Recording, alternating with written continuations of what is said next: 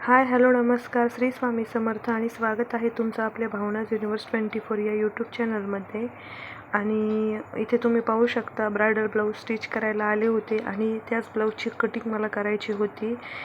21 तारखेच्या लग्नाचे ब्लाऊज होते आणि सध्या ब्रायडल ब्लाऊजचं सीझन जरा खूप जोरात चालू आहे आणि खूप सारे कस्टमर पण असतात. तर इथे मला जवळजवळ एकाच कस्टमरचे 11 ब्लाऊज शिवायला आले होते. त्याचा मी तुम्हाला व्हिडिओ क्लिप जोडून देईनच की ते ब्लाऊज मी कसे स्टिच केले वगैरे काय. तर इथे मी एकच म्हणजे कपडा वगैरे प्रेस केल्याशिवाय ब्लाऊज कटिंग करत नाही.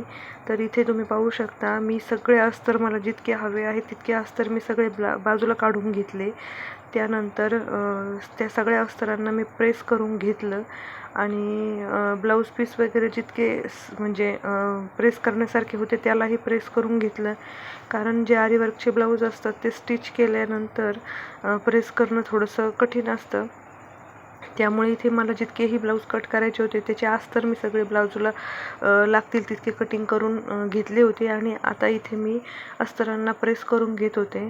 तर बऱ्यापैकी अस्तर सगळे प्रेस करून झाले. त्यानंतर इथे मी घेते ब्लाऊज कटिंगला, कारण माझे ब्लाऊज कटिंग बऱ्यापैकी कट करून झाले आणि राहिलेले ब्लाऊज मी कट करून घेत आहे. तर रेडीमेड आरीवर्क असणाऱ्या ब्लाऊजला असा प्रॉब्लेम येतो, थोडंफार मॅनेज करायला अडचण येते. मधला जो गळा असतो तो 3 ते 3.5 इंचाचा असतो आणि आपण जो टाकतो तो 2.5 इंचाचा असतो. तर थोडंफार काहीतरी रेडीमेड ब्लाऊजला प्रॉब्लेम असतो, पण जे स्टिच करतं त्यालाच तो प्रॉब्लेम सॉल्व करावा लागतो. तर इथे तुम्ही पाहू शकता मी जे ब्लाऊज कट करत आहे त्याची गळा कटिंग करून घेत आहे. बाही कट करून झाली आहे आधी. त्यानंतर इथे मी पुढचा गळाही मला कट करून घ्यायचा आहे. आणि इथे माझं म्हणजे बऱ्यापैकी काम उरकत आलेलं होतं, कारण माझे आधीचे ब्लाऊज सगळे स्टिच करून झाले होते कटिंग केलेले. त्यामुळे मी हे ब्लाऊज सगळे कटिंगला घेतले होते, कारण एक खटीच ब्लाऊज जर कट करून ठेवले तर ब्लाऊज स्टिच करण्यासाठी जरासुद्धा प्रॉब्लेम येत नाही आणि काम पण फास्ट उरकून होऊन जातं. खरं तर मी शॉपमध्ये कधीच ब्लाऊज कटिंग करत नाही, घरीच ब्लाऊज कटिंग करायला आणते. म्हणजे शॉपमधला वेळ वाचतो आणि आपल्याला स्टिच करण्यासाठी किंवा फॉल ब्लिडिंगसाठी बराचसा वेळ मिळतो. तर इथे सगळे जे ब्लाऊज होते सगळे प्रिन्सेस कट होते. आणि इथे एक प्रॉब्लेम तुम्ही पाहू शकता, रेडीमेड ब्लाऊजचा जो फ्रंट नेक असतो ज्यावर आरीवर्क असतं तर त्याचं पण म्हणजे पुढच्या गळ्यानुसार मॅच करणं खूप कठीण असतं, कारण ते फ्री साईजवर त्यांनी डिझाईन केलेली असती आणि एखाद्या ब्रायडल नवरीची जर तब्येत जर म्हणजे किंवा कमी मापाचं ब्लाऊज असेल तर ते मॅनेज करणं किंवा बसवणं हे खूप कठीण असतं.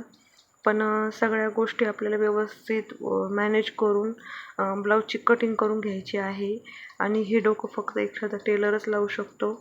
तर इथे मी फ्रंट साईड पण कटिंग करून घेते आणि बऱ्यापैकी ब्लाऊज माझे कट करून झाले. तर ब्लाऊज कसे स्टिच करून झाले हे आपण पुढच्या व्हिडिओमध्ये पाहूया. युनिवर्स 24 या यूट्यूब चॅनलमध्ये. तर जे ब्लाऊज होते जे की मी तुम्हाला नवरीचे ब्रायडल ब्लाऊज दाखवले होते जे आले होते ते, तर त्यावरचे माझे बरेचसे ब्लाऊज स्टिच करून झाले आहे. ते तुम्हाला मी डिटेलमध्ये उद्या नक्की दाखवेल, पण सध्या कसे शिवलेले आहेत ते दाखवते फक्त.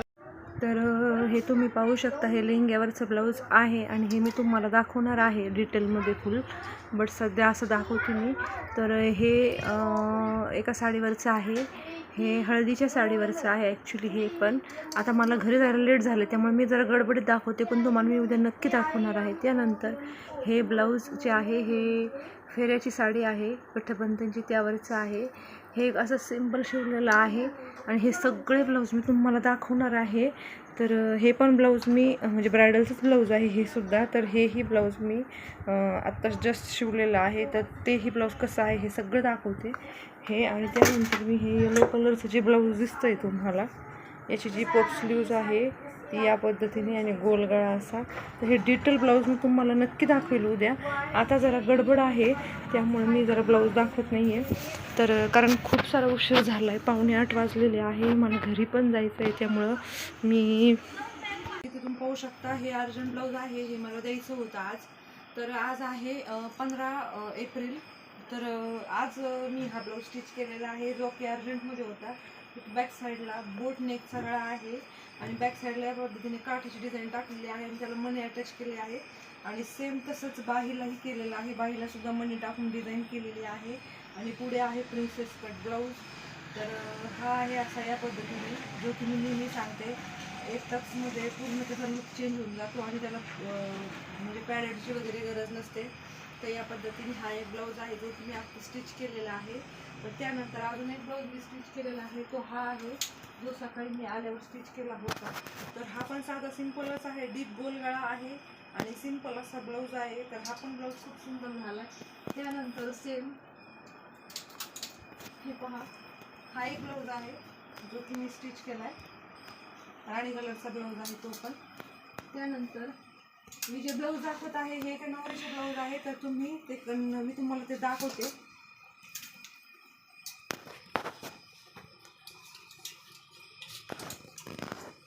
तर हॅलो, तुम्हाला मी आता हा ब्लाऊज दाखवला की जो की अर्जंट ब्लाऊज होता. तर हा मी अर्जंट ब्लाऊज स्टिच केलेला आहे. त्यानंतर हा जो ब्लाऊज आहे हा सिंपल डीप नेक ब्लाऊज आहे, जे की मी तुम्हाला सांगितलं होतं नवरीचे ब्रायडल ब्लाऊज आलेले आहे. तर त्या ब्लाऊजपैकी हे ब्लाऊज आहेत. आता मी जितकेही ब्लाऊज दाखवणार आहे ते सगळे एकाच ब्रायडलचे ब्लाऊज आहेत. तर हे पहा, हा आहे राणी कलरचा ब्लाऊज आहे जो की सिंपल डीप नेक असा ब्लाऊज स्टिच केलेला आहे आणि शॉर्ट स्लीव्ज आहेत त्याच्या. तर त्यानंतर हा एक ब्लाऊज आहे, सेम ब्लाऊज आहे, कलर फक्त चेंज आहे. हा वाईन कलरचा ब्लाऊज आहे ॲक्च्युली, फुल डीप नेक लॉड लटकन लावलेले आहे सिंपल त्याला. त्यानंतर हा आरीवर्कचा ब्लाऊज आहे जो की एका साडीवरचा आहे. तर बाईला तुम्ही पाहिलं तर पूर्ण पिकअप त्याची डिझाईन आहे सगळी. पुढच्या साईडला इथे मोत्याची लेस आहे आणि बाईला इथे आपण या पद्धतीने लटकन लावलेले आहे आणि डीप नेक आहे सिंपल असा. आणि जे त्याचे जे टसल्स आहे ते सेम म्हणजे ब्लाऊज पीसवरच आलेले टसल्स आहे ते. तर हा एक आरीवर्कचा ब्लाऊज आहे. त्यानंतर हा जो लेहंगा आहे ब्रायडल लेहंगा, तर त्यावरचा हा ब्लाऊज असा स्टिच केलेला आहे मी. तर खाली जे काट आले होते त्या पद्धतीने लावून त्याला बोट नेकचा गळ्याचा शेप दिलेला आहे आपण. त्यानंतर इथे कमरेला आणि बाहीला आपण पाईपलेस लावलेली आहे. तर या पद्धतीने हा सुद्धा एक ब्लाऊज आहे आणि खूप सुंदर झालेला आहे ब्लाऊज. पूर्ण स्टोनने भरलेला ब्लाऊज आहे हा फुल. आणि इथे तुम्ही पाहू शकता त्याचे जे बाही आहे ते 3/4 बाही आहे. बऱ्याच ब्लाऊजची 3/4 बाही आहे सगळ्या ब्लाऊजची. त्यानंतर हा आहे हळदीच्या साडीवरचा ब्लाऊज, ब्रायडल ब्लाऊज आहे आणि बाहीवर याच्या खूप सुंदर अशी पिकॉक डिझाईन आहे.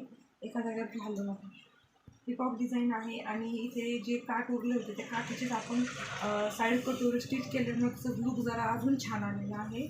इथे बाहीला लटकन लावलेले आहे आणि या पद्धतीने त्याचा बॅक साईडचा गळा आहे. तो जो डीप गळा आहे तो पण फार सुंदर आहे आणि हा ब्लाऊज पण खूप छान झालेला आहे. आणि हा जो ब्लाऊज आहे तर हा सुद्धा ब्लाऊज खूप सुंदर झालेला आहे. याला सुद्धा काठीला म्हणजे काठ जे उरले होते ते आपण साईड कटोरीला लावलेले आहे. आणि हा जो आहे हा गटबंधन म्हणजे फेऱ्याच्या वेळेसचा ब्लाऊज असतो ना नऊवारी साडीवरचा, तो ब्लाऊज आहे. तर याची जी बाही आहे त्यावर पण पिकॉक डिझाईन आहे, गळा त्याचा डीप आहे. तर हा गटबंधनचा ब्लाऊज असून याला आपल्याला बॅक साईडला थोडं काम बाकी राहिलेलं आहे. याला बॅक साईडला इथे नेट अटॅच करून त्याच्यामध्ये आपल्याला जी नथ असते जी की कटवर्कची रेडीमेड नथ मिळते, तर ती नथ आपल्याला इथे टक करायची आहे. तर ज्यावेळेस मला तो साडीचा नेटचा कपडा मिळेल त्यावेळेस मी इथे नथ टक करणार आहे आणि हे ब्लाऊज उद्याच आपल्याला द्यायचं आहे. त्यामुळं हे जे ही ब्लाऊज मी तुम्हाला आता दाखवले ते सगळे ब्लाऊज आपले ब्रायडल ब्लाऊज आहेत. तर त्यानंतर मी इथे सेम जे ब्लाऊज दाखवले ना तर त्याच नवरीचा हा लास्टला नंतर आणून दिलेला मेहंदीचा ब्लाऊज आहे. तर हा ब्लाऊज मला आता स्टिच करायचा. त्यानंतर हा जो कपडा आहे जो की मी तुम्हाला सांगितलं होतं साडीचा फ्रॉक, तर त्या 1.5 वर्षाच्या बेबीसाठी आपल्याला हा फ्रॉक बनवायचा आहे. तर तो ब्लाऊज आणि हा फ्रॉक रेडी होऊन कसा दिसणार आहे हेच मी तुमच्यासोबत शेअर करेन नक्की.